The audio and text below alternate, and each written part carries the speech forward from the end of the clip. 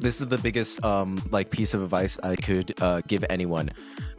Don't pay for software. Yeah, the whole National Geographic like style-ish was more of a kind of an accident. It was just a thing where I was like, I just wanted to kind of read off the Pokédex. When I posted the first few videos, it was like, oh my god, it's like National Geographic. He sounds just like David Attenborough. I was like, who?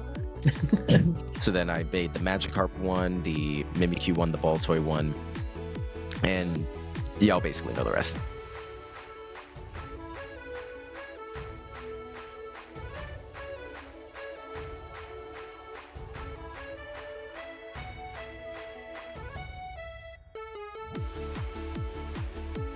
Hey everyone, welcome to the Skill Link podcast, where we talk to and get to know passionate content creators, competitive players, and all voices in between who make the Pokemon community incredible.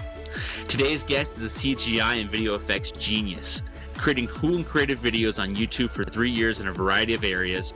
Our guest has recently embarked on a project of covering Pokemon in their natural habitat.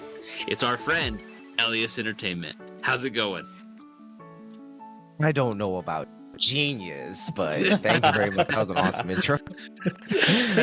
That's awesome. I love it.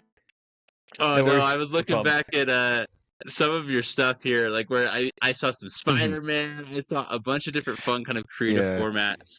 And I don't know, have you ever heard of Corridor Crew before? Oh, I love them. And so a lot of your stuff kind of reminded me of what they were doing in a lot of ways. I don't know if you've ever seen them, Josh, but they're kind of video effects, like, and they're just a huge staple in this field.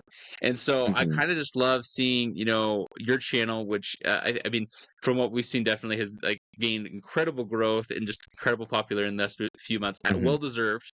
And so it's just been kind of fun to kind of like go through your stuff, and then especially the Pokemon side of things. I love the idea of your Poké National Geographic stuff.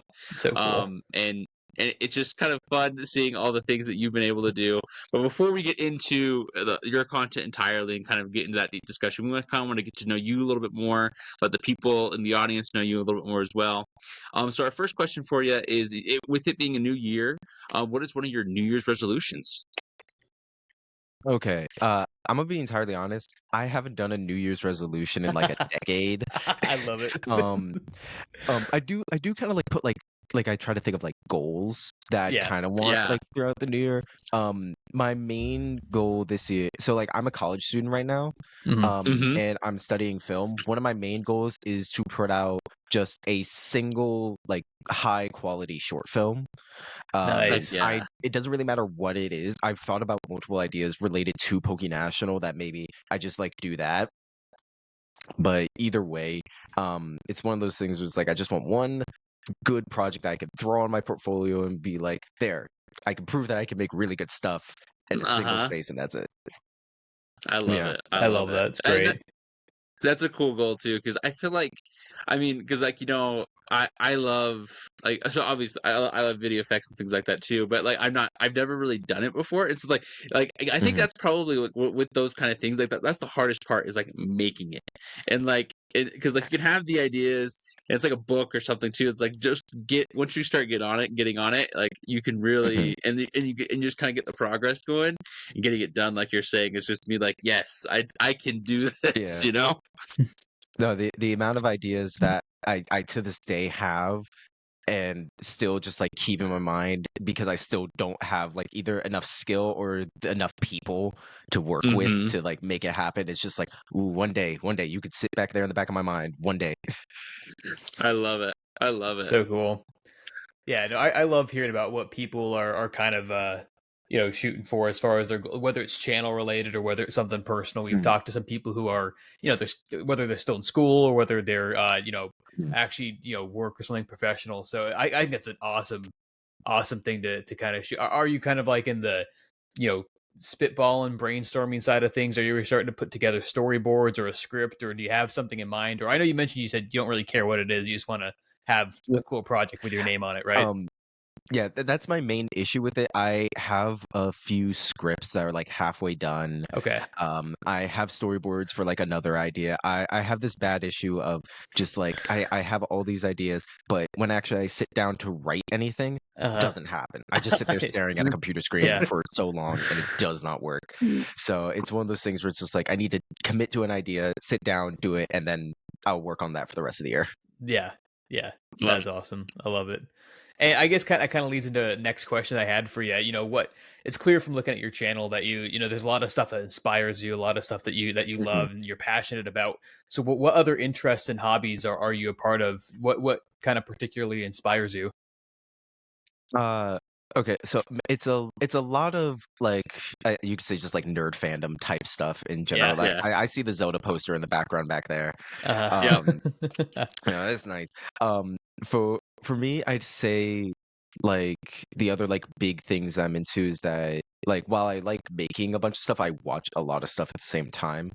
Cool. I'm not sure if you could say it's like a fandom thing to like watch like a bunch of specific YouTubers or that type of thing, but I know I do on like a very regular basis. And there's a lot of amazing creators out there, either be small or large, that I will regularly be watching while I make videos usually. On top of that, of course, play quite a few, I don't want to say quite a few games. There's a few games that I regularly play, and then I play a bunch of other ones randomly. But that would mostly be Pokemon and Minecraft. It's one of those things where it's just like I like games where my brain can just kind of chill.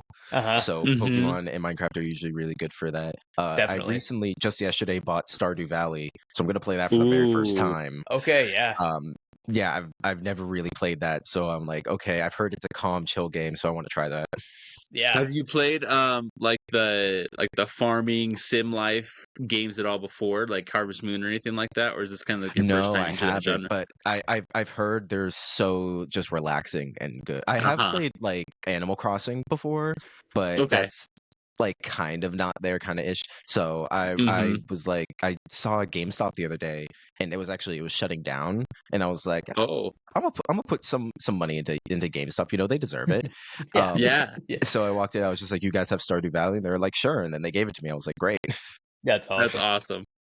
No, I've played so like Harvest Moon and things like that. It's such an interesting genre of game to where it's kind of like life building, and the thing is like you get to meet some fun characters. And I played a little bit of Stardew. I didn't really get too much into it yet just because of time, but like I think it's a good time. So high suggestions from my side as well. I like it a lot. It's a fun genre. That's great. My my wife's been playing the new Disney Dreamlight Valley game.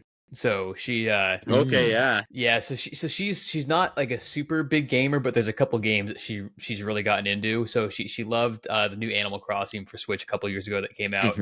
So when that came out, she's like, oh, I want that. And I'm like, you actually want it? Well, the problem is we only have one Switch, which is mine, and I play mine. So I'm like, let's get you a Switch Lite and see if you you'll put the time into it. And sure enough, she played the crap out of that game, and then got kind of tired of it because she played a lot of it and just kind of moved away from it for a bit. And then this new Disney Dreamlight Valley game came out a little bit ago. It's been really popular, and she's been grinding that so hard. So she'll be doing that, and then I'll be playing like my Violet. I'll be like EV training my Pokemon off to the side, just kind of for fun. And we're both like mindlessly kind of shutting down for like we both work and everything like that, and we'll just have something playing on the TV in the background. And I'm like, this is our quality time. We're just our minds are off right now. Just give us this 1 hour every night to do nothing, and we're happy. So we call that being alone together.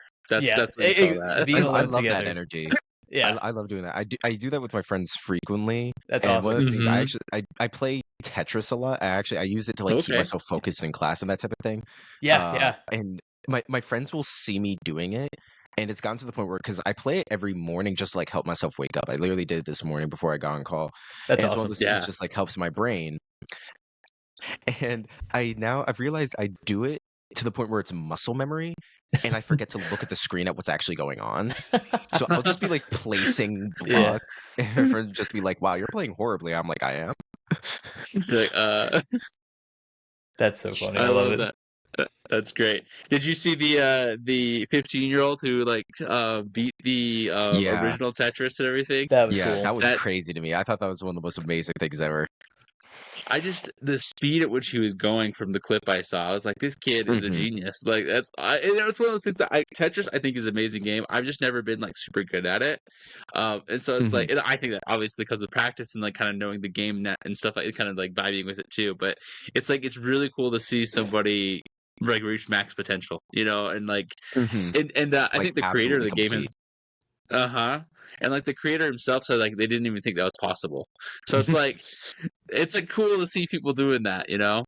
I was just gonna make one quick suggestion before we move on to our next game. But like, so if you do like the Stardew Valley kind of game, I think Stardew has some like action stuff in it too. But there is like if you like action as well as like that sim life, farm life. There's also a series called Rune Factory, which is basically like Rune Factory. Stardew Valley with like monsters and stuff like that too. So you can also get like swords and stuff like that. Super fun game, and like you can capture the monsters and they like help you on your farm. So if you ever do like that, there's like 4 or 5 games. But so just let you know of that, throw that out into your field too. But so now let's get into the Pokemon side of things. So tell us more about like your Pokemon journey, like what were your first games and what do you love most about the series, etc. Okay, so I actually the first like thing of Pokemon that I knew was of course the show. I started watching it when I was really young in the Pokemon Advanced series. Okay. But I wasn't fully into it. It was just kind of like one of those other shows that happened to be on Cartoon Network. But when the Gen 5 series started, that's when I really got into it. Nice. And which is so funny because when I finally was like, "Oh, I want to get the games," I didn't get Gen 5. I got Pokemon Diamond and Pearl. Nice. Heck yeah. And I played those first, then proceeded to skip the 5th generation entirely. And when the 3DS came out, I got the 3DS and played Pokemon X and Y. Very nice. So no, yeah. And since then, I've been playing almost every Pokemon installment that has come out. I missed the original Sun and Moon. Okay.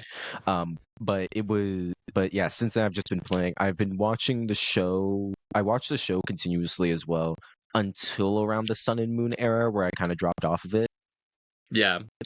And yeah, I've just been and I've also been watching like Pokemon YouTubers since even earlier. I watched people like Game Boy Luke, Shady Penguin, Shofu, like all the old classic Pokemon YouTubers. And and those guys were like part of my childhood, and along with that made Pokemon a huge part of like me growing up. Oh yeah. Logan, I gotta ask you, I was gonna say one of my so same here. Like that's kind of how I got into things as well. As you know, obviously everyone watches the show, everyone watches or plays the games, but a big part of it for me also was watching guys on YouTube, and you know that was big for me. Like when Diamond and Pearl, Platinum, Soul Silver came out, like late 2000s, early 2010s, is when I was kind of young teenager, mid teenager, middle school to high school kind of thing. And I remember watching Maryland a lot. Maryland was like my first one of the OG pioneers of Pokemon YouTube. And of course, he has like hit the classic video of him doing the Wi-Fi battle where he fights all the legendaries and he uses the Fear Rattata and actually knocks it out. And he has like the Unbreakable anime music in the background, and I'm like, oh yeah. So it's cool. It's cool to hear because like Shady Penguin's another classic one. All those other guys you're mentioning that I think it's really an underrated part of Pokemon influence are some of these PokeTubers who are really passionate and put out some awesome content. Because obviously, the show and the games are the base of it all, but I think the next level up are some of these cool content creators, which is kind of why we do what we're doing as well. So I think that's cool that you mentioned that. So 100%. There was a show I really enjoyed. I don't know if you guys ever saw it, called The Decks. It was a YouTube one too, but they were a group of it was like a guy and a girl, and they would they basically just went through like dex entry of a Pokemon and stuff like it was really interesting. That was like my first introduction. I got into Shady Penguin and stuff like that around 2013 because I kind of started learning about like Nuzlocke and things like that around that time, 2012 2013ish. And then I also kind of started because I was understanding the deeper intricacies of Pokemon, like EV training and things like that around that time. Because I remember I had my Heart Gold and my cousin had his Soul Silver, and like we would battle each other weekly. And growing up, obviously we both had no idea what we were doing, so like it was pretty evenly matched the whole time, right? But during this time period, he was just kicking my butt every time. And then he's talking to me about EV training. I was like, "What do you mean about what?" I was like, "What are you talking about?" And he showed me the tips and tricks and how he would do it on his Emerald version, and then put it all, and then he'd upload those Pokemon because he cloned them, so he could keep them still on his Emerald. Oh my god! And then clone those guys up and throw them up onto like the later generations. So it's like really, it was an interesting time because I feel like that's when like kind of like that, also that kind of shared collective experience of the anime. You were talking about the X and Y, you kind of watched like up to the Sun and Moon, and I'm like, I was watching a video yesterday of how the X and Y anime of the show was actually like really top tier. Okay. And no, yeah, I was gonna be on that because this is just my opinion. I don't know if it's a controversial opinion or not. I think the X and Y series of the anime is the best series of the anime. It's good. It's so good. Yeah. Like I feel like Ash has some of the strongest show ups. Like, I mean, obviously Ash Greninja was an amazing addition to the show. And I mean, I felt like the storyline was really, really well plotted, and I felt like they did give some gym leaders and things like that. What's the I just remember the arc where he's trying to master Ash Greninja form, and they're going up against the Ice Gym Leader, and the Mega Abomasnow in that, because I don't think in the games he has a Mega Abomasnow, but he does not. Like, it's so cool. Like that that arc is great. It's like top peak anime, and it really does bring. I agree with you. It really brings. And then you also have the Serena. Is it what's her name? Not Serena. It's what's the Serena. girl's name? Serena. Okay, that's right. I was like, there's too many people. I was thinking, and like, so you have her, her secret love crush on Ash. So you get some of the feels as well. It's all good. It's such a good series. I love that one too. It's great. Oh man, good stuff. Now kind of getting into more of this now. Sorry, I had to find my place there on the page. So now let's kind of get more into your content. Let's get into you influencing the world now with your Pokemon content, and kind of tell us more about your channel, how you got started, and kind of the growth that you've been seeing recently, and just kind of your experience overall is becoming a YouTuber and the kind of how that's been. I admit it's one of those things where it's like I don't really believe it yet. Or like it went like if someone like called me a YouTuber, I'd just be like, I don't think so. Yeah. Mainly because like this has only happened in like the past couple months. I've technically been making like YouTube videos and like videos in general for around 6-7 years. It started the story of how it started is a bit of an odd one. I used to live in Taipei, Taiwan. Okay, that's sweet. I lived there with my dad, and my mom and my sister still lived in America at the time. So to communicate back to them, because calling from a time zone like that is nearly impossible. So to kind of communicate back, I had a blog just to like update people on like what my life was, so like my friends and family all could see that. And something that my dad did was he was like, hey, do you watch a lot of YouTube videos? Here, there's this app called iMovie. You can make videos on that. And I was like, really? So I tried it out, and I got addicted to doing this like every week. I stopped writing the blog mostly. Like I would try to like actually like type things out. It would not work. I would just be like, no, I'll just upload a video. Because it was the first time, because I grew up on YouTube as one of my main entertainment forms. So seeing the fact that like, oh, I could possibly do that, it broke me entirely. Yeah. So I love it. So since then, when I finally got back to America, I I just kept making stuff. I made stuff on iMovie for like a year and a half, and then my dad was able to get me a subscription to the Adobe Suite, Nice. to the film part of it at the time, because they used to be all separate. Mm-hmm. And then I got to play around in After Effects and that type of stuff, and I did that for around 3 years until I then switched. I didn't switch again, but I then added learning Blender 3D and 3D animation on top of that. And all of this was happening like after school. My friends would just be like, "Okay, go home. You want to like get on the game or something?" I was just like, "Nah, I'll be animating. Don't worry." um, and I did that for such a long time that eventually it just kind of made sense to like have a place where I had all my videos so that people could see like the work that I've done. Mm-hmm. So I started posting things on Instagram uh about like partway through the beginning of me like learning After Effects. Um and then I started posting things to YouTube that were just like longer versions of that were me like trying to tell like mini stories and stuff with it. Did not go well. They were all so bad. I admittedly unlisted most of those videos from my channel. They exist, but I'm like, no one's allowed to see it. Yeah, no more. Sorry. um, yeah, and then about a year ago, because it was really just YouTube was just a place for me to put my videos for a while. Mm-hmm. About a year ago, I was like, what if I did just like try like uploading somewhat regularly, try a few different like series of videos that I think would be fun. Why don't I do that? And then I did that, and then nothing came of it.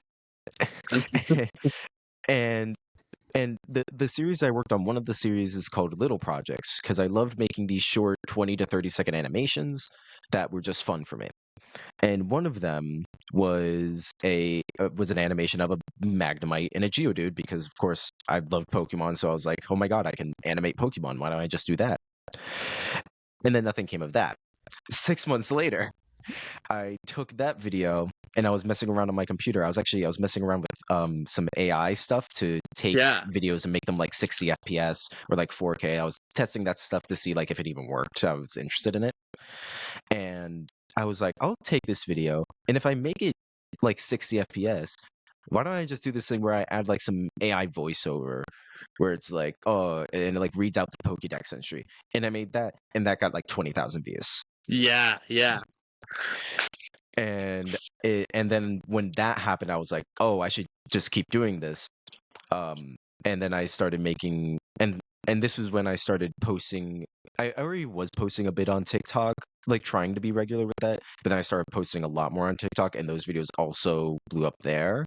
So then I made the Magikarp one, the Mimikyu one, the Baltoy one, and y'all basically know the rest. Yeah. No, that's really awesome. really cool. I saw the Baltoy one first. That's the one where, and I thought, I mean, first and foremost, your skill is incredible. Like, I was like, and the thing is, I like kind of love the unique art style of it too. Like, it's like definitely not like conventional, like cute Pokemon, right? Like, I mean, like, I still think, like, for example, it keeps their cute aspects, but it brings them as creatures, and that's what I kind of loved. Like Magikarp definitely has like that derpy look, but it like definitely still looks like a fish, and it looks great. Like, it's like if this was like a real life, like this is how I would imagine seeing this in the wild. And so I just gotta, like, first and foremost, shout outs that way, because your skill is awesome there. And then I think your shorts are really fun too, like where you will go into a lot of the it's kind of like shows the process of what you're working through, and like it has like the music in the background, and like it's either like you're like some of the ones I feel like is like I'm going crazy working on this project. That's so good. It's because like I'm also like, because I'm making these along with doing like my assignments at school, and I also work That's part-time with my crazy. school as well. Right. So it's one of those things was like whenever I'm doing them, when like the smallest thing goes wrong and it like or like it keeps going wrong, I'm just slamming my head on the desk and I'm just like, I just wanted to make a little Pokemon animation, please, for the love of God. I love it. It's one of those things. Just such it gets such a to be such a struggle sometimes. Yeah, Yeah, that's cool. You keep at it. I love it because the passion is clearly like, you know, even obviously behind the scenes you feel that stress, but the product, at least on our end, it's like it's clear there's so much love and care put into it. And you know, I think what's challenging about some of these in real life ones, what I like specifically about yours, which is really cool, is that obviously Pokemon are initially designed as cartoons. So what makes them so endearing is that they are cartoons. So they have to have this kind of cartoonish animation style kind of endearment and charm to them. Whereas if you make them too gritty, I mean, if that's what you're going for, that's one thing. But if they're too gritty and realistic, it's almost like they don't look like Pokemon as much anymore. They look like actual creatures, which obviously that's what they're based off of, but they're creatures in cartoons. So you have that perfect mix of like I love the Diglett one, right? Where it's like you have like a 2D sprite, which is what we originally have, or like original artwork to go off of, but we don't know the texture. We don't know how they would move around in a real life setting. And that's where you come in and inject that, which is awesome. And I want, you know, us to talk to us more about the structure behind, you know, it's not just like, you know, you make this CGI. I mean, yeah, you post the shorts as well, but you do like this Pokemon National Geographic style of video, as well as, you know, you've collaborated with some other people like Geek Ecology, which is really cool. And they're super fun to watch because I feel like I'm watching an actual like short that the Pokemon company would make and post on their YouTube channel, or like something like that. So tell us more about collaborating with some of these other artists and the overall structure of how you came across the National Geographic style. Yeah, the whole National Geographic like style-ish was more of a kind of an accident. Okay. I admit it was just a thing where I was like, I just wanted to kind of read off the Pokédex.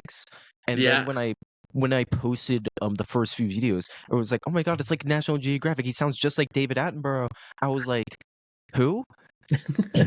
And I honestly I don't watch many nature documentaries, so I honestly had no clue who that was. So I decided to look it up and watch the videos, and I was like, oh, I see where it is. Okay, and then I was like, well, if that's what people are relating it to, might as well make it more similar to that type of style and really like go into that type of style of video.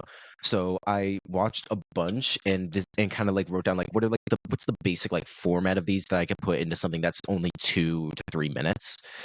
And I found that like the basic format is that you have establishing shot of where we are and an explanation of usually like what's around us, what type of ecosystem we're in, and then we focus in on some animal, and that animal we get like a quick introduction to, and from the introduction then we know how it lives, all the main details, which thankfully come up mostly in the Pokédex.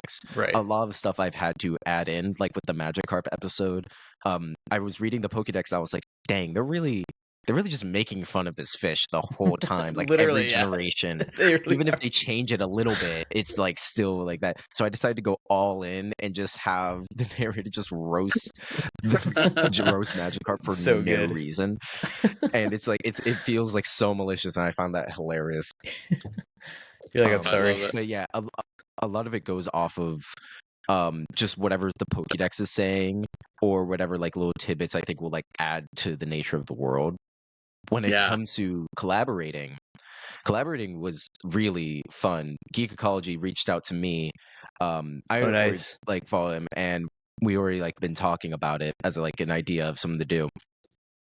But I love Geek Ecology's work and a lot of the stuff that he does, because it's one of the things that I love, like the kind of like science of things. Like I love game theory and those types of stuff. So I love knowing like the science of like the video games and media that I enjoy, and if it's even like possible. So his videos were great. And then when I made the Beedrill episode, I was like, you'd be perfect for this one specifically because I know nothing about bugs. So and this would be great. And then he wrote the script, and basically like did it perfectly the first time. It was really good. And I just went in, had my phone with my mic, and I was just reading it off. And it worked, and it was really good. That's and I incredible. hope to collaborate with more people in the future. Only issue is I'm the type of person that really wishes to try and pay people. Yeah. And like Okay, I yeah. and like I and while I wasn't able to pay Geek Ecology, he was happy to work on it for free. I'm like, ah, You're like, no, I feel bad. when yeah, so like when I start making, I think it's best to start collaborating a bit more when I'm making money from that, and I know that we could both like benefit off of it at least in some way like that. For sure. So yeah. Yeah, I think that's one of the undertones of like wanting to give back to those who helped you and stuff like that, right? Like we're Yeah. obviously also kind of a smaller channel, and so like it's that balance of like one day, like when we can definitely give back, we're definitely going to look at some ways how. But I mean, we definitely just like it's like it's one of the first and foremost kind of those cool things to where you can appreciate the talent that everyone has. So like for example, we're talking to you now, and just like it's so fun to be able to the collaboration aspect is just so fun with the channel like like yours and ours, like being able to just get to know so many people and seeing the skill sets that people have, like you said, like reaching out to somebody who knows more than you on this. Like we were working with other YouTubers that were bigger channels than us, and they gave us awesome tips, and it's just that fun dynamic of getting to know each other, getting each other's like learning from each other's skill sets, and that's just kind of a really cool aspect, I think, of YouTube as well, and the grind behind that, right? Like trying to be like, hey, I can't necessarily do anything now, but I promise I will someday. Like we definitely, you want to give back to what they've helped you with. I'm kind of curious as well as kind of like, in this sphere of, creating these National Geographic videos. Was there like a specific Pokemon or video that you really enjoyed making, and any that might have been more challenging than another? Absolutely. Oh my god. My favorite video so far that I've made out of the whole series is definitely the Baltoy one. Mainly because I just think that one like looks the best. It was so It's so good. it's so good. I think I just so happened to like nail the design on that one. One because Baltoy is very simple as a concept. It's clay doll. That's all. Except for its evolution clay doll. But when it came to the environment and that type of stuff, I had a lot of fun with it. I really love doing environment work in CG. It's something that I love to do. It's just one of those things, just like building parts of like a landscape it's like beautiful to me, and I frequently, like whenever I'm like outside like walking around, like my brain is thinking of like, oh okay, so like this tree is like placed kind of like that, and you can see like the sun's like going like that, and that's what makes it look cool, at least to me, and that type of thing. I'm constantly thinking about it. So a lot of National, because a lot of the models that I use are already pre-made. A lot of people make those models, so I get to focus a lot more on the environments and what they're doing. Oh, cool. And that's what makes it really fun. So when I was making that, I was thinking about, when I was making the Baltimore one, I was thinking about Route 111 in Hoenn.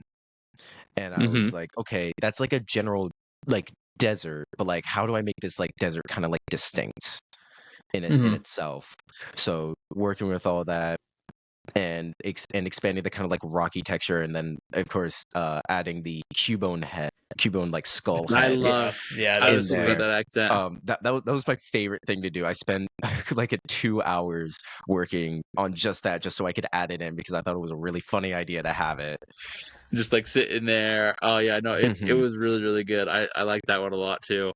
I was also going to shout out your the Mimikyu part. I think it's at the same video. The Mimikyu and I can't remember, is it the where is it at? Is it the Glenwood? It's Tag Tree Thicket. That's what it is. Yep. And I thought, I don't know, like exact like and like I mean, obviously we're still learning here about from you how much you like are like what assets and things like that you're building and things. But I thought you did a really great job of just that context switch of I can't remember if it was from the ocean to there or from the desert to there, but I was entranced with the stars too. Like you got the stars and Yeah. like you had like a little falling star, and then we see Mimikyu just like moving around the forest. And Yeah. so I definitely think that aspect of it has been like you giving details to like the background is like incredibly like So enticing cool. as well. It just makes it so much more real to me. Yeah, I've learned that that's like one of the biggest things to like kind of making things a lot more real than they are. Because like those like initial shots that you see, I'll reveal this to the world. That's all stock footage.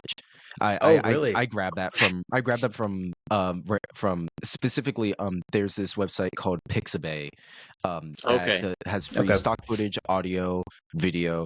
It's That just makes for sense. any Yeah. content creators. It's a great place. I love using it. And it's a place where other creators put stuff up there, and I grab stock footage from there or from like Adobe Stock or somewhere else, and that's the footage that usually, and then I usually do a bit of color correction to match that with the CG. Yeah. But then I just cut between it, and I thought, at least when I was first doing it, the first one I did that with was the ball toy episode.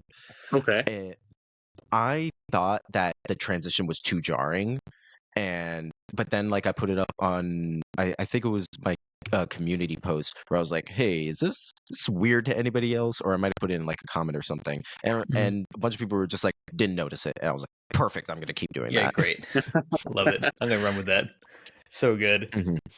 Another thing I want to ask you, this kind of goes along with the overall production of these videos, is obviously Michael Michelson became iconic with these, and really gave it that documentary style feel with narrator voice. And it's kind of funny to read some of the comments where when you reveal that it was AI, people were like, I didn't realize it was AI. And then I laughed at one of your replies where you're like, you have no idea what I had to go through to like manipulate the AI to actually pronounce the Pokemon's names right, because obviously they're not real words. And I found the same thing, whether we're doing like auto-generated captions or something like that. It's just like you have to really twist its arm to get it to say what you want to say. But I love what you've done with Professor Ginkgo, which is awesome. I think you sound great as a Poke Professor, from Unova.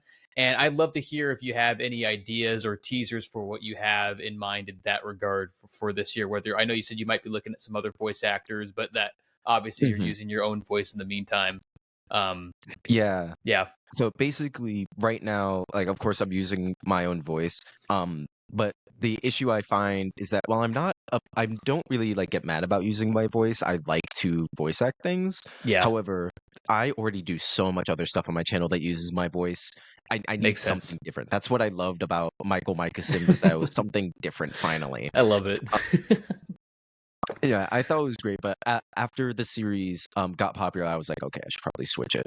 But like I said, I'm in film school, so my hope is to really just go around and ask some friends and just be like, hey, you want to voice act in this thing? Hey. And like just see if it works. I'm planning on doing one more episode with my voice, just because I want to. I've found that doing like kind of 3 mini episodes and putting them all into one thing that's usually around like 5 minutes kind of works. So I'm kind of going off of that, seeing how that works. So I've done 2 with my voice already. I'll do one more, so it's like one full episode, and then from there I'm gonna see what I can do in changing that. But I don't have any full plans. I do have ideas for new, like, I guess you could say, like, characters. Yeah. Because because like that's something I didn't realize how much fun I would have with. Like with Michael Michelson, like I put a lot of like distinct like type of like verbiage Yeah. in his words and how he speaks, where like Professor Ginkgo has a bit of a different talking style, and I found myself having a lot of fun with that.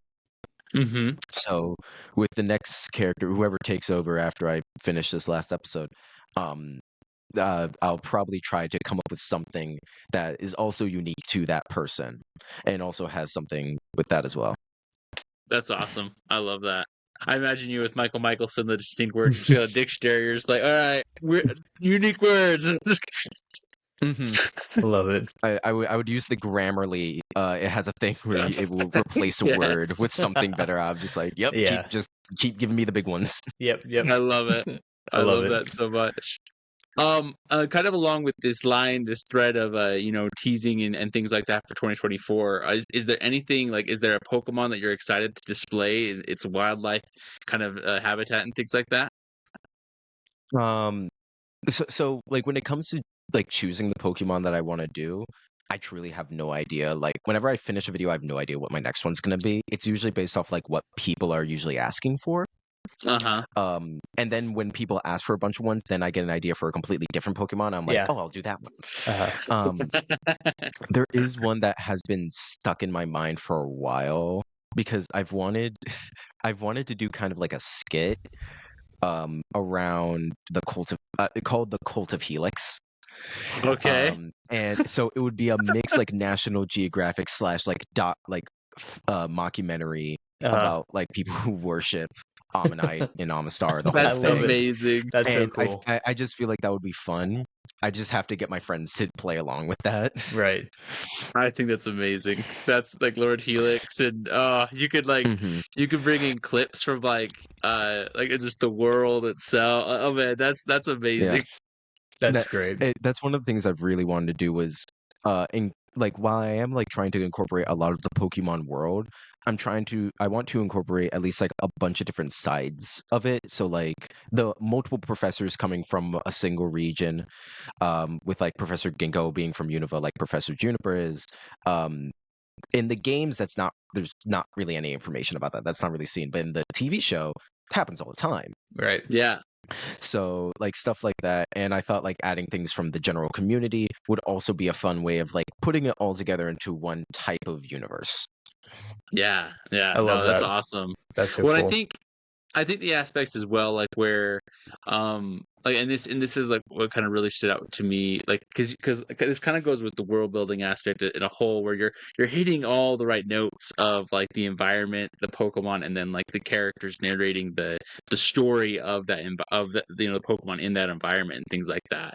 And like I think like as long as you're like continuing that process and things like that, it just feels complete. Like I loved when Michael Michelson in the Baltoy one was explaining how like the route has crazy sandstorms, and we're lucky enough that he was able to get in there when there wasn't a sandstorm that day. Yeah. It's just kind of like it's just kind of cool to see like these little things and like the details from the game that you're able to, because like we don't get necessarily like route details, right? Like we don't get like environment details as much, and you're able to use context, you're able to use things like that to be able to kind of build that out a little bit more, which I think is super fun. And super fun. And then like you said, like adding in the Cubone head and things like that, where we get just like little glimpses of like things, or like I remember having the question when because you mentioned I think, and this is probably for the Pokédex entry, where like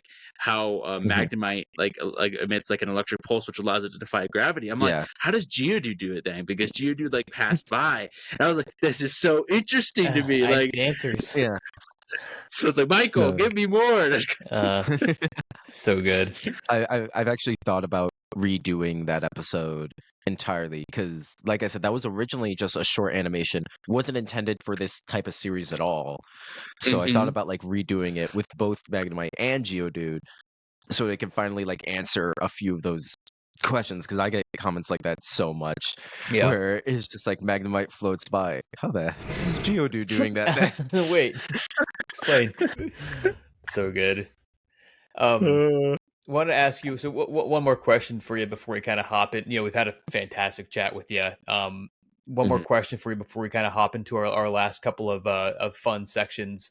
And so to kind of wrap up this part of your content and what you do, what tools and tips would you give to maybe some newcomers or novices who are looking to learn and get more into CGI and VFX and stuff like that? Okay, this is the biggest like piece of advice I could give anyone. Don't pay for software. If you're paying for software, stop immediately. That's not going to change anything about your output, your skill, any of that. For the PokeNational videos, I can promise you that anyone can do it for free because I use entirely free software for that series. That's awesome. I use Blender 3D, which is free, and I use DaVinci Resolve. While I do pay for the pro version, there's a paid version that can do everything that I already do in it. Wow. So never pay for software. I work with Adobe and that type of stuff, but I do that because I get hired to do that and to work with that type of stuff with other projects. When it's just myself, I've completely avoided it. And even if you don't want to do that, if you want to get into like editing and just basic VFX, CapCut on your phone or iPad or whatever is perfectly free as well. There are pro stuff, but the free version can work for you just fine. Just learning that stuff, use the free software. And eventually if you'll move to like the other stuff, you can, but I truly do not believe you need to make good stuff. You can always do it with the free stuff. Right. And well, the thing with some of the paid stuff, it's more for like convenience and quality of life rather than actual what you can put out there, right? Because like you said, I've seen people put out like fantastic quality stuff with the free versions, but it's like, went down the line if you want to like, do a pro version or whatever. It's nice because I think it's like more tools, it's convenience and stuff like that more than anything, but it doesn't like add to what you can do, right? Yeah, and the usual answer is it doesn't. Yeah, it usually just makes things a bit faster, which can be helpful. Exactly. Yeah, but at the end of the day, if you're still learning things, go to YouTube. There's a million different courses on almost every different software that you can find. Download the software on whatever device you have and just play around, have fun with it, and it'll be fine. Yeah, that's cool. And so you said you use Blender and DaVinci Resolve mainly, right? That's like your main ones? Okay, cool. And then also you use community commons sites like Pixabay and things like that as well to find extra help things for the... Yeah, I was just gonna say, and for 3D artists, most 3D artists know this, but if you're new to it, Sketchfab and Blender Kit, those places, if you're using Blender Kit's amazing. It's just useful assets for anything. Also, Quixel, which is where I get all the scene assets that you see for all the environments. That's where it all comes from. It comes from one place. And that is Quixel Megascans.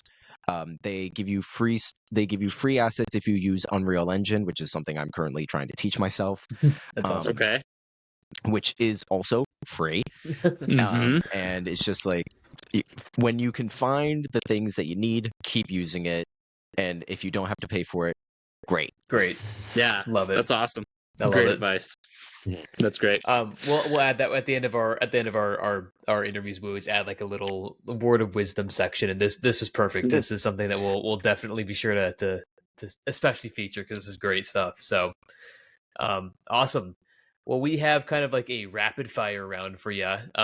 This is just kind of off the top of your brain, firing off the hip. First thing that comes to mind. This is all Pokemon related. So, no wrong, right answers. Just your no personal, wrong, right. Personal right. Yep. No, just kidding. If you're wrong, we're gonna boot you off. No, just kidding. Immediate disconnect. So, first thing so Logan, we'll trade off here. First one I have for you. Which games have the best rival? Ooh, honestly, I'd say Scarlet and Violet or Red and Blue. Nice. Oh, okay. I like it. Yeah, I really enjoyed the rivals from Scarlet and Violet a lot. I did too. Yeah. The Arvin and Nimona contrast, and even the DLC, I really like playing against Kieran and Carmine as well. Yeah. So really good. All right, next one I got for you: best Elite Four. Oh God, I'd say. Oh crap. And this could be whatever definite, whether that's hardest or your favorite, whatever you define that as. I'm hovering over that red button right now. You better hurt that. I honestly, I gotta give it to Scarlet and Violet again. I really liked the Elite Four for them. Did not like the champion, but the Elite Four was cool. I agree with that. The Elite Especially Four with Larry coming back out. Yeah, that's what I was gonna say. It's like more Larry is always a win. Yeah, that was a good plot twist. Is bringing the gym leader as also a member of the Elite Four. I did not. That was a really cool thing they did, and I think the Elite Four theme is I think it's one of the better Elite Four themes as well. Yeah, that's a great answer. Great answer. Last best question I have for you is the best enemy team. Plasma. Yeah. Ooh, Yeah, you can't nice. go wrong with Plasma. I think it's a pretty solid Plasma, answer. Yeah. Nice. Either Plasma or Galactic. It's hard for me to choose between them, but that might just be my own nostalgia bias. So yeah. The thing with with Galactic is sorry, you go, Logan. Oh, I was just gonna say Plasma. I feel like has an incredible I honestly think Black and White have really good story, and I feel like Plasma I feel like N is just such an interesting contrastive character within that group. Yeah. But yeah, so I agree with you. It's a hard toss up for me too. Those two are really good. Well, the thing with Galactic is that Cyrus feels super unhinged, just because his motive is to destroy the current reality and create his own reality, which I'm just like, I think it gets to a point where even like Jupiter, Saturn, and Mars are like, boss, are you good? Like when he just disappears into the distortion world, and then I think that combined with the fact that like the legendaries in Sinnoh are like the upper echelon of what legendary, it's literally time, space, hell, basically with Giratina, and then obviously Arceus is the god of it all. So I think that kind of like ups the ante, ups the stakes just by virtue of those Pokemon being on an entirely different level. But I think Galactic or Plasma are like probably two of the more common, really solid answers. I'd say it's like a thing of like Team Galactic like felt more intense like playing wise. Yeah. But Team Plasma just has like the style of it. For sure. I feel like they just have the energy of an evil team that they have sages and everything. It feels like ritualistic and it's kind of creepy, and that's it's good. It's really good. I love it. Well, and it's like also like almost like theological, political kind of stuff too. Like I mean, like the thing is like they're getting into like obviously they're the theology side, but then Getz just hires like the ninja assassin like clan as well to work with them. So it's like I honestly want more of that clan too, because they like show up, but they're not part of like Team Plasma. They're their own thing. Oh yeah. And so it's like it gets really interesting, like in the aspects of the storyline and like how Getz is trying to accomplish his goals. You know what I mean? Yeah. All right. Onto the next rapid fire question we have for you is your favorite starter type. Fire. Fire. Heck yeah. I love, even though my favorite starters are usually water, I love the fire ones. For sure. You can't go wrong with them. Next rapid fire we got for you. Favorite Pokemon professor. Ooh. Sycamore. Nice. Bro's just suave with it, you know? He really is. He's got the style. And he gave me 2 starters, so he gets True. You get brownie points at that one. I like it. And then last but not least, but the best anime opening. Ooh. I'd say like this is definitely nostalgia bias, but I'd give it to the Black and White season 1. Yeah. Like the first Black and White season. Really solid. Opening. That one went hard. It did. It really did. There's a lot of good ones over the years, honestly. I love I think Advanced Battle is really good. Yeah, Advanced Battle is a good one. I also like Master Quest. Master Quest is really good. Master Quest. It starts off with the guitar, you know. Yeah. Gen 3 through 5 had some really good anime openings, because the first Diamond and Pearl season was really good. Battle Frontier was good. And yeah, Black and White, the first one of that, great. So awesome. Last little section we have for you. This is our shower thoughts section. So this is just kind of the random miscellaneous thoughts that will come to your head over the course of the day. Just random stuff about Pokemon, essentially. So we have a few of these for you. Again, no right or wrong answer. Just kind of spitballing some fun stuff that maybe we think about to ourselves, but we don't share with other people, because we're this is what we do. This is all we think about. So, first one we have for you is let's say you are in college in the Pokemon universe. Let's say you're at the UVA Academy or wherever you're at, Naranha Academy. You need to write a paper on a specific Pokemon line. What Pokemon are you choosing? Or Pokemon evolution? Okay, I'm definitely choosing like the Weedle line. Not Weedle, sorry, a Wurmple. The Wurmple line. Okay.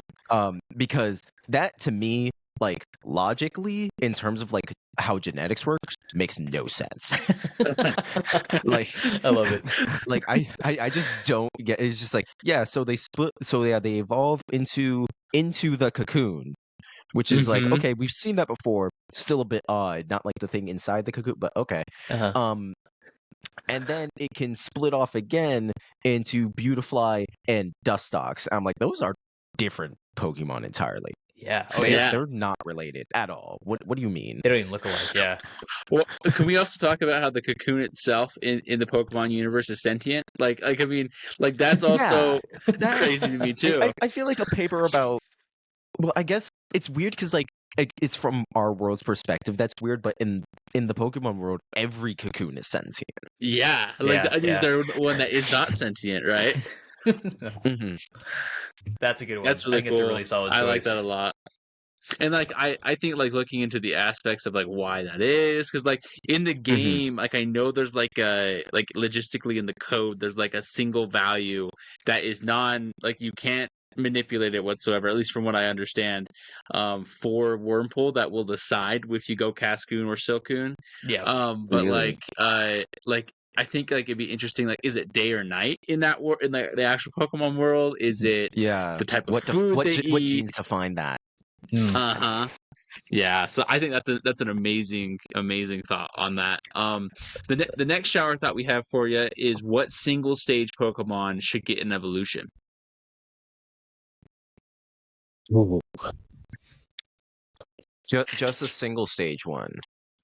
Or I mean, whatever. If there's one that you're like, I really do think this give one. Give it a third like, stage if you want.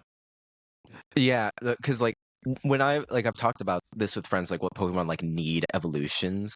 I feel like Manectric has just been waiting for something. The Mega Evolution was a good idea. Yeah. But like I needed to actually have one.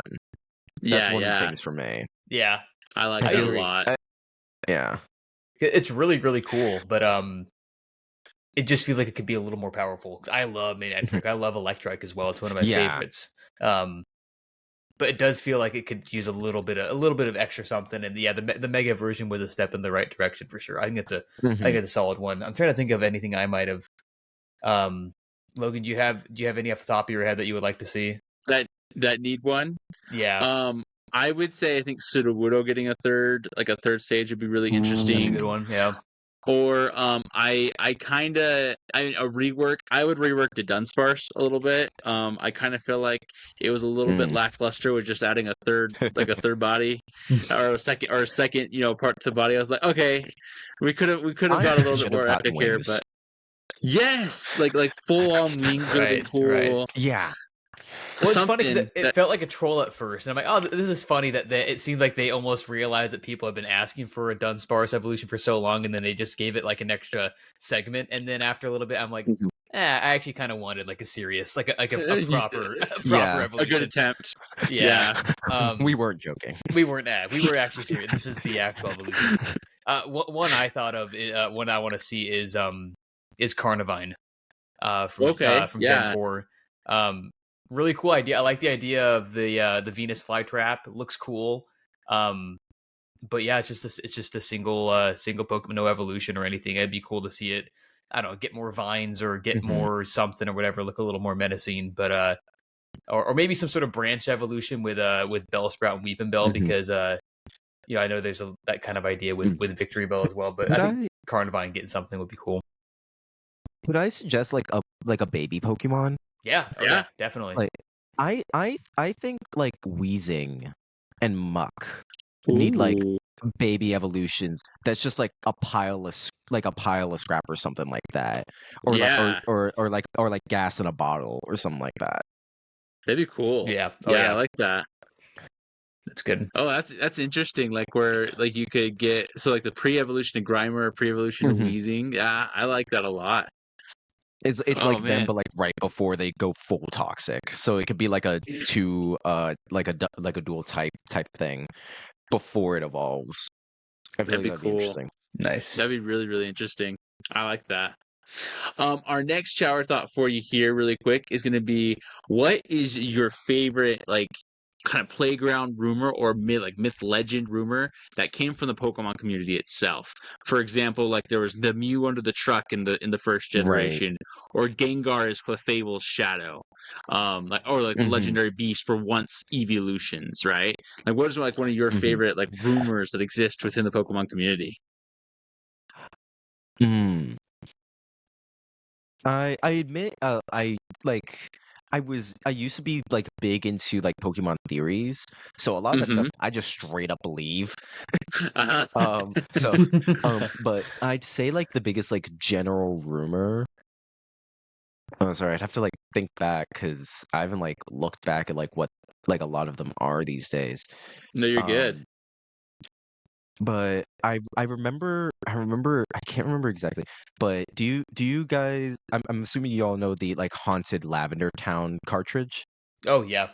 Oh yeah. Yeah, that one. I remember like that was, I think it was passive because like I used to be really big into creepypastas and that type of stuff. Oh yeah. So I remember that being like kind of passed around the grapevine, and I was like, what? It was kind of like going around with like Ben Drowned and that type of stuff. I was like, huh, this is a cool one. And now every time I step into a Lavender Town or I hear the freaking music, I get like a quick little like.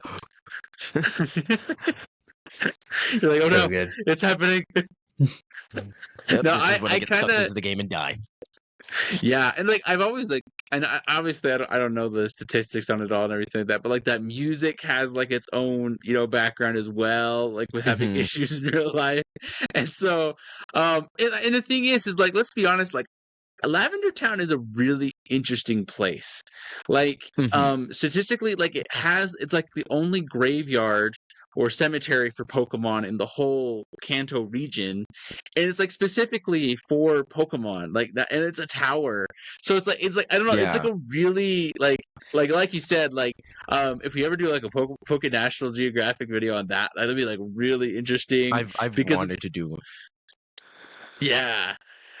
Just because it's like the environment itself, I love that kind of shout out creepypastas, like with like the Majora Mask one. I think Ben Drowned is what it's called, right? That's the one that you were mentioning. Yeah, and it's so a classic it's one. like, and so it's like those ones that like they always kind of are like, that's probably real, like that happens somewhere in the world, right? Yeah. That's and so it's like it just kind of brings a whole new element and a whole new, I don't know, realism to those, because like you said, Lavender Town is always going to be a little bit off, and like you're always like wondering like, what is this place, like what's going on here? I think there's some really good underrated, so obviously Lavender Town is like the flagship creepy place in Pokemon, but there's a couple others that I think are creepy, and the big one for me is En's room, when you're going through the castle at the end of Black and White, and it's like the big toy room. There's something about it that's just like super unsettling, and there's like a music box in there that's playing like a really simple melody when you go in there. But I don't know, that one comes to mind. Trying to think of other stuff that's kind of there's the Gen 6 girl that's like really weird, that like just walks up to you and says, the ghost girl that says you're not the one. Then also the Old Chateau in Gen 4 is a good one. I was going to mention the Old Chateau, off-putting. It's just like, what is this place? And I like the abandoned ship in Gen. I'm a big Gen 3 guy. Abandoned ship, and the other one is just the whole concept of New Mauville, like this abandoned like place that it looked like they were trying to create something new, and then it just got left behind, and it's just old generators, and it's rampant with all these Pokemon. I just like something about that is really creepy. But I think the Old Chateaus are really good call out. But yeah, there's just like these random like random places, these random dusty corners of the code of these games, and you're like, I wonder how many people don't even like come across these kinds of things, and or how they come up with them. But it's crazy. Ruins of Alph is also. Oh yeah, Ruins of Alph is also a kind of an off-putting place as well. Kind of similar, just like, what is this place? And Unknown is still just so untapped in its lore, so it always throws off like the kind of like, I'm not sure I want to delve deeper into this vibe, spooky. I love it.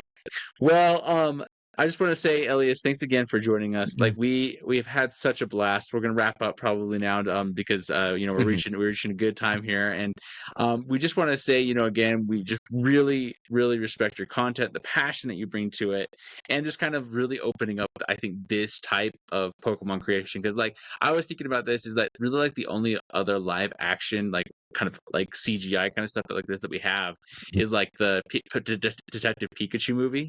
Right. Yeah. And I was thinking of how different like the vibes are, but obviously between the two, like, and obviously it's a different medium altogether. But like, I think you're doing such a great job with bringing in, because I'm not gonna lie, there are a couple Pokemon in that movie that you're just kind of like, I don't know if that sits right with me design wise, right? Yeah. But like, I feel like you're doing it in a really good way where you're bringing, like, for example, Baltoy. I didn't know how it would work in the 3D sphere, but you made it work really well, or mimic you. So just want to give you kind of shout outs again for that. And before we wrap up, we want to give you a second to tease anything else that you might want to. Also, give us give yourself or anybody else a shout out if you want to. And then we did get a little bit of words of wisdom beforehand, but like if there's anything else you want to kind of shout out to the people, either that be Pokemon or life advice, feel free to kind of give us some words of wisdom. Yeah, absolutely. First thing, and I'm so sorry I forgot to do this at the very beginning, but it is pronounced Elious. Elious. I apologize. Elious. I entirely forgot. I heard it the first time. I was like, oh, I should probably correct that, and then just didn't. I got entirely distracted. No, I'm glad you did. Elious. Okay. Okay. But in terms of future projects, currently, I'm waiting for a new monitor because mine broke. So I haven't been able to work on anything, but hopefully, I'm still kind of deciding, but hopefully Snorlax is coming next. Okay. Okay, nice. For some reason, I'm on like a Gen 1 binge for these past 3 videos, so yeah. I think Snorlax is the next one coming. I'm thinking about doing like the whole like bridge thing and all that. Ooh, yeah. So we'll see how it goes. Absolute shout out to Geek Ecology for working with me on the Beedrill episode. You did a great job, and there's a bunch of other like small creators like that like if you just look, you'll find them, and they're absolutely everywhere. And it's a great thing to kind of see that, especially because now that I do have a big following, I didn't expect that to happen. I'm looking at like all these people, and I'm just like, oh my god, this person's like so awesome, and they'll have like 2,000 followers on TikTok. I'm just like, pause, wait, what? That doesn't make sense. How do I? But that doesn't add up here. Yeah. So it's one of those things. It's just like if like kind of going into like the life advice part of it, go like if you are just interested in a topic, what I love to do is I go into like YouTube or TikTok, and like of course you'll have like the big videos at the top, but just kind of keep scrolling. Just gonna keep scrolling for a little bit, and you'll usually find something that has 3 likes, 0 comments, and you'll absolutely love it. I do this on YouTube as well, where I like, and when you find it, like write down the name or just like save it, so that like they may not post much, but when you see it, you'll know you'll enjoy it. That type of thing. Awesome. Love that. I love that. That's great. I'm looking forward. My little brother's a huge Snorlax fan, so he's gonna be pumped for that video. Yeah. I gotta say with that, so we are Logan and I have been in a Pokemon draft league for about like 4 or 5 years now, just with some it's super casual. It's like 10 to 15 of us. But he and his brother have been doing it for a while with us, and every year, no matter what generation or whatever format we're doing, if Snorlax is in the pool, even if he has the first overall pick and he can take whatever he wants for Ubers, it's always Snorlax. And but he makes it work. I mean, Snorlax has always been really good competitively. Fantastic stats, really good move pool. You can do a bunch of stuff with it, but it's not like a terrible pick. It just cracks me up that he always gets a Snorlax, dude. And then he rocks it. And then we have like a roster of like 10, and obviously you can only bring 6 to a battle. So for any battle, you have to pick your 6 from your 10-man roster. Anytime you prep for his battle, he always brings the Snorlax, no matter what. But he makes it work. It's always like one of his best ones too. It's always the one doing some work. So anyway, that just makes me laugh. But I mean, if you guys want to try something interesting, I I don't know if this is new, but this was something that at least came out of my head, and I don't know if other people have tried it. But I created this fun way to play Pokemon games, a different type of Nuzlocke that I like to call a team lock. Ooh. And the idea, it goes like this. So, and you know how Nuzlocke's are always about finding the most random Pokemon, catching them, and just working with that. Yeah. This is very different. Instead, you start the game by cheating in your 6 most favorite Pokemon. Not the best, just your 6 most favorite. And then that's all you get. And the way that I've been playing it, is that you go through each generation if you can with this team. That's sweet. It is surprisingly more difficult than I thought it would be, because I thought so. Like the rules I like set for it, like you bring all the Pokemon in, you start them all at level 4 instead of level 5. And you just go off from there. You are allowed to have 1 starter on the team. Okay. But only 1. If you can have a legendary or a mythical on the team, but they take up 2 spaces. So technically, you could have a full team of 3 legendary Pokemon. Okay, yeah, that's interesting. If those are your favorite Pokemon, but the whole point is like to be attached to your favorite Pokemon. Right. You can give them all the nicknames that you have and just go off into the adventure and see if you can just beat the game with only that. Go through the whole story with like That's Pokemon really that interesting. It's like kind of, I like to call it like the storyline version. Well, a Nuzlocke is about really the gameplay. This is about like the story of you like having these Pokemon from birth and going out. I like that. That's a fun aspect. I love it. Yeah, I've been playing it for. I've been doing it for a while. I beat Pokemon. I beat X and Y with it. Okay. With a very odd team that that included a Volcarona, a Ludicolo, a Greninja, what was the other one? A Gliscor, because that's my favorite Pokemon, despite the fact that it gets horrible moves. And what was my? I don't remember what my other one was. But it was truly a fun experience. And the whole thing is like, if a Pokemon dies, that's it. You have an empty spot on your team now forever. That's interesting. Crazy. That'd be kind of fun. Dude, that might be something we have to look at, because we've been doing stuff like that. So I love it. Yeah, we could have. I wanted to make videos about it, but it's so much work.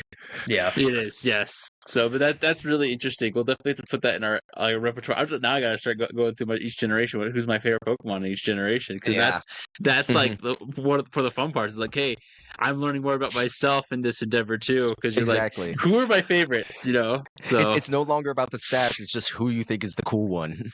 Right. I love it. That's so great. Oh, I love it. Again, so yeah, we'll definitely take that into consideration. Everybody out there watching, make sure you go follow Elious on his channel. And then we are also going to be pumping out, some more videos, more interviews. Keep track of us by, clicking that like button, subscription as well. And thank you again, my friend. And this is Logan, Josh, and Elious signing off. We'll see you guys.